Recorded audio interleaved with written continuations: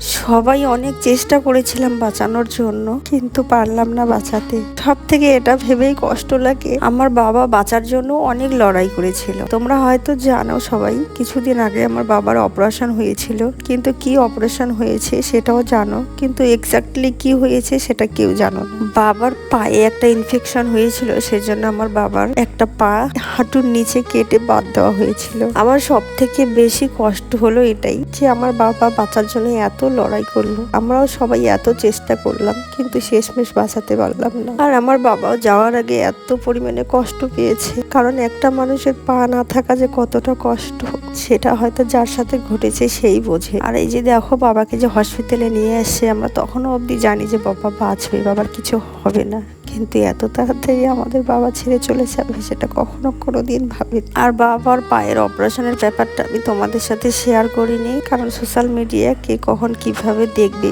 যেহেতু বাবার পাটা এখনো ঠিক হয়নি, আমি ভেবেছিলাম ঠিক হবে, সে যখন ঠিক হবে তারপরে তোমাদের সাথে শেয়ার করব।